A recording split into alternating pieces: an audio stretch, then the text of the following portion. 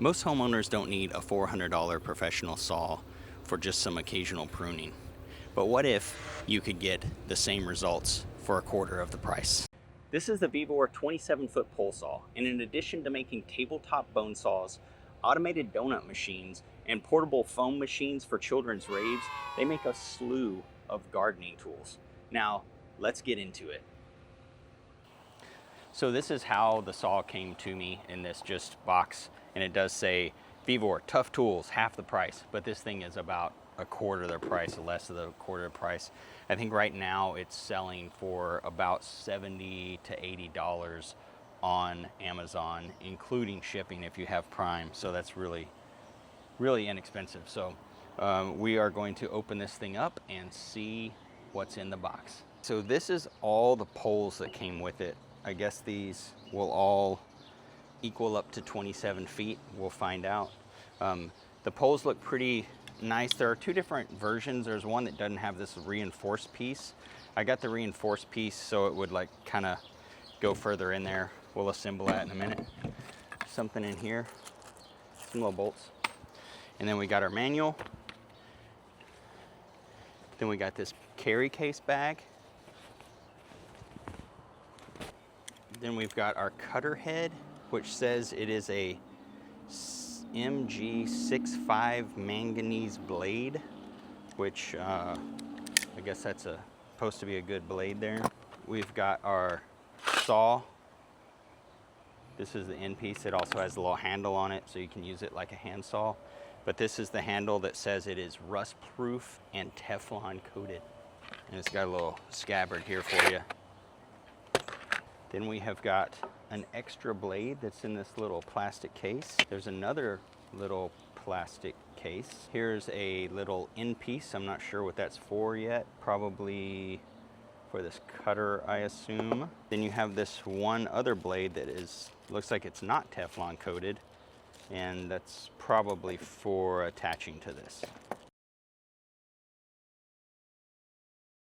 Okay, so step one in the manual is to put this little adapter head onto your cutter here. I'm not sure why they don't just already have that on there, but basically that just goes in there with these little wing nuts here, and this one must go through the center.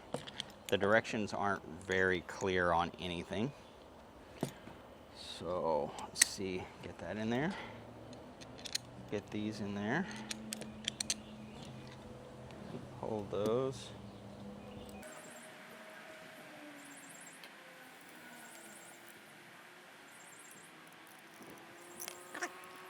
These wing nuts, all these three of these bolts, the two top ones are different size than the bottom one.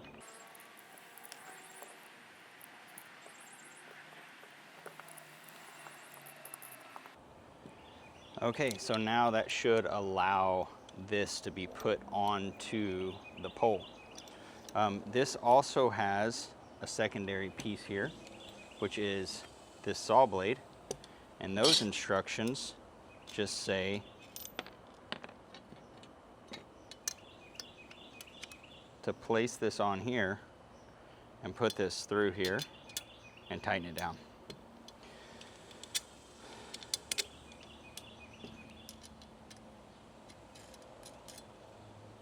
And then you have a cutter and a saw on the same. I'm actually not going to use it that way because it has the dedicated cutting heads, so I'm going to take this off. But if you were going to have it on there, that's how you would do it. And then you have this piece here. This piece is the end piece. This is the only piece that has this screw on it, so your very end piece is just going to screw in here. So this is about as short as you can make it if you wanted to have it for just a short little pruning or something. And that is the end of the directions. There is no other directions. It just says to put these screws in. It doesn't actually show you how to do it. And then it shows you to put this on here. And then it shows you to screw this in here. And that is all the directions. So we are going to go ahead and move this out of the way and get the other saw blade, and I'll show you what it looks like. So this is the other saw blade. Has the same female side there where you can screw this guy in there. And it comes with this little sheath, which I assume you could wear on your belt if you wanted. And then you have this beefy little handle, so you can use this as an actual saw versus putting it on the pole. It has these hooks, which it says for grabbing limbs or something like that on their website, but I would say these are generally to keep you from slipping off of a limb while you're cutting. Fits nicely in the little holster, comes out pretty clean, pretty nice little thing. So we are going to put this together as a whole piece and try cutting some limbs.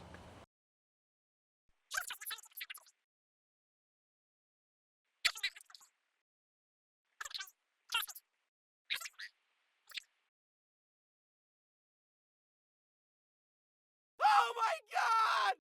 So I'm just gonna try a couple little cuts with the pruner here, just see how it feels. And yeah, that's pretty good.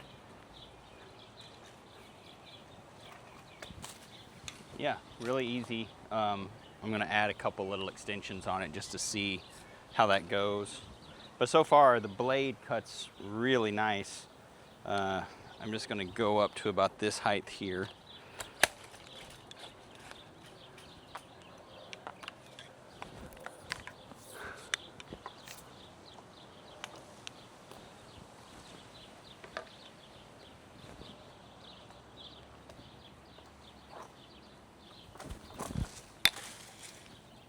Yeah.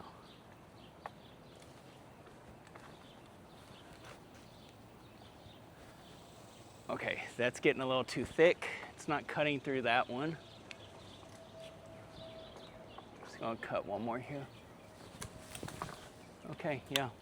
That cut pretty good. I mean, I don't know what the length is on this route now. We have the end pole, the two end poles and two centers, so those are 44. This is about 15 feet maybe. So that's pretty good. We'll put the other head on. That's really where I'm going to be using it the most. These teeth are incredibly sharp. Okay, we're just going to start here with about this length here, and this is not even half of the length it'll go, but I'm just going to kind of go up and see how it feels to saw at this length. Okay.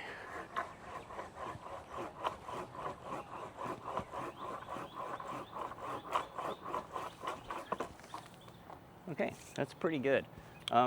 Even at this length, there's already a little bit of bounce in it, so I'm gonna add a couple more poles and see how high I can go and kind of keep it on the limb.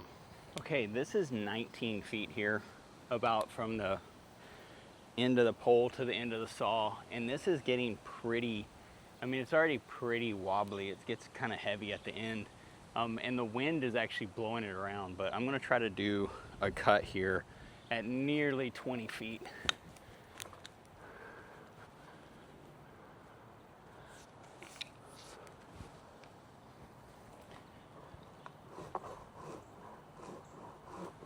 Yeah, the saw is it's hard to get it in a groove at this distance. It's trying to bounce out.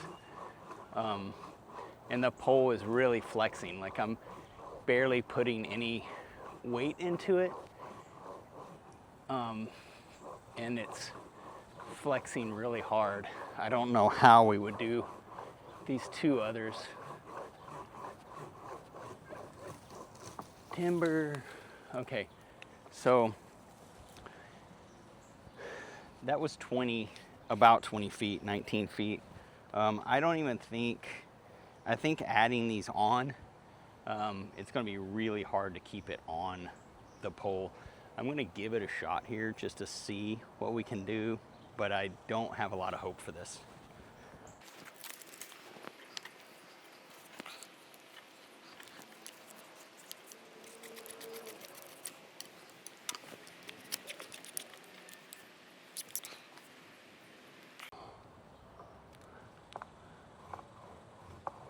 Yeah, I'm getting zero pressure. I don't even have the handle on. So I'm still at probably 24 feet here. And I'm pressing forward trying to get a little bit of pressure on the limb, and it's just not, it's bouncing, it's trying to bounce, and it's not getting enough pressure to really cut much at each cut. I don't think that's a design flaw. I think that's just physics at this point. I don't think a nicer saw would do any better at this height. It is cutting, but it would take forever for that to get through there. So I am not going to keep going on this because I don't think there's any point of doing that. So I'm going to take this apart, go a little bit lower. So now that I look back up at that cut that I was just trying to do, it actually is pretty far through there. I probably think it would take a while to get through that limb, even though it's like this big around. It would take a while, but it would come down. So it would work. It's just really hard. And then the other thing is like picking it up. That's kind of hard. So if you kind of build it in the tree, lean it on, add from the bottom, a lot easier. But yeah, I think we will stop cutting now, and we'll give you all my final thoughts. Okay, it has been a week since I first got this saw and used it. I cut down 3 trees with it that were hackberries that I just kind of stripped all the way down and then chainsawed them down, and it worked great. I also cut a lot of dead limbs off of a pecan tree that I have in the yard. So how did it work? Well, this lopper head here, it worked pretty well on things up to about 3/4 of an inch. Anything past that, it just wouldn't fit in here and you couldn't pull the string. And also the higher you got, the harder it got to pull the string. The pole kind of starts flexing, but that's kind of with all pole saws. The one thing that I don't like about this is the way this attaches.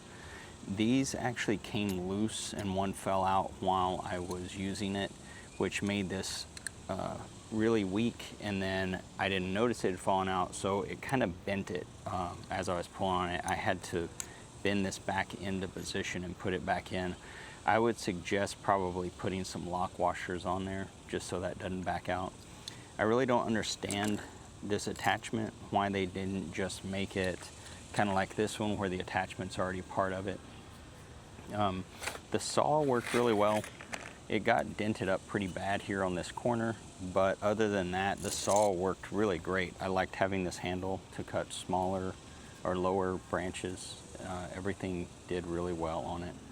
The higher you go, again, the harder it is to cut. It's hard getting down pressure on the limb to cut it, and so it's kind of bouncing around a lot. Once you get it in a groove, it's pretty good.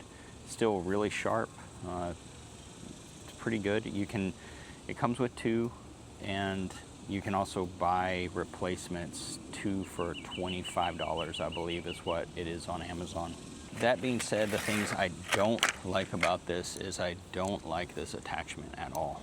That attachment was terrible. I feel like it, on the Jameson and notch style attachments, you have a little button that clicks in. On this, it just screws in. So it came loose several times while I was using it. I probably used it for between 5.5 and 6 hours of total use time. So it works, and I don't have any complaints considering it was $75. The only other thing I would say is these poles do not have any kind of electrical rating.